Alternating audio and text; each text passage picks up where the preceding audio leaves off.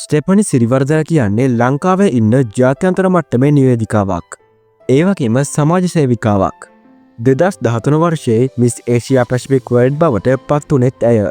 ඇය කාන්තාසිරකරු අයිතීන් පිළිබඳවද පෙනී සිටි අයෙක්.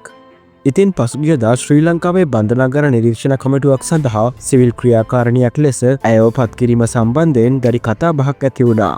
ඒ රූරජිනියකට මෙවැනි වගකීමක් ලබාදීම ගැන ප්‍රශ්නයක් මතු කරමින්. මේ ඒ සම්බන්ධව ඇගේ බාප්පා විසින් සමාජවාදයට එක්කර තිබූ සටහන. උපුටා ගැනීම. ස්ටෙපනි සිරිවර්ධන කියන්නේ මාගේ සහෝදරයාගේ දියණියයි. මෙම පත්කිරීමට වසර 10කටත් පෙර සිට ඇය බන්ධනාගාර කොමසාරිස්වරුන් හමුවී බන්ධනාගාර ගත වී සිටින කාන්තාවන්ගේ මානසිකත්වය ඉහළ නැංවීමට සහ ඔවුන්ට අවශ්‍ය භාණ්ඩ විශේෂයෙන්ම ශනීපාරක්ෂක තුවා රැඳවියන්ට වෘත්තීය පුහුණුව ලබා දීම සඳහා උපකරණ ආදිය බන්ධනාගාරවලට ගොස් ලබා දුන් දියණියක්. තවද ඔවුන් වෙනුවෙන් සංගීතමය වැඩසටහන් පවා සංවිධානය කළ අයකි. තවද සුළු වැරදි කර මුදල් ගෙවාගත නොහැකිව අසරණ කාන්තාවන් නිදහස් කර ගැනීමට තමන්ගේ පෞද්ගලික ධනය වියදම් කර ඔවුන්ට නිදහස ලබා දුන් අයකි.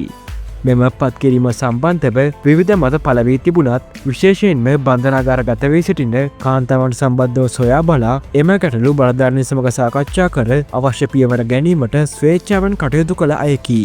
එවැනි අයෙක් මෙවැනි තනතුරකට පත්වීම සුදුසුද නැද්ද යන්න ජනතාව තීරණය කළ යුතුය. අපක්ෂපාතී විය යුතුය. දේශපාලනයෙන් තොර විය යුතුය. නිරපරාධ තරුණියකගේ චරිතය ඝාතනය වන ලෙසට අදහස් ඉදිරිපත් කිරීමෙන් වළකින මෙන් ඉල්ලා සිටිමි. මම ස්ටෙපනිගේ බාප්පා. විශ්‍රාමික ජ්‍යෙෂ්ඨ නියෝජ්‍ය පොලිස්පති චම්පික සිරිවර්ධන. උපුටා ගැනීම අවසන්.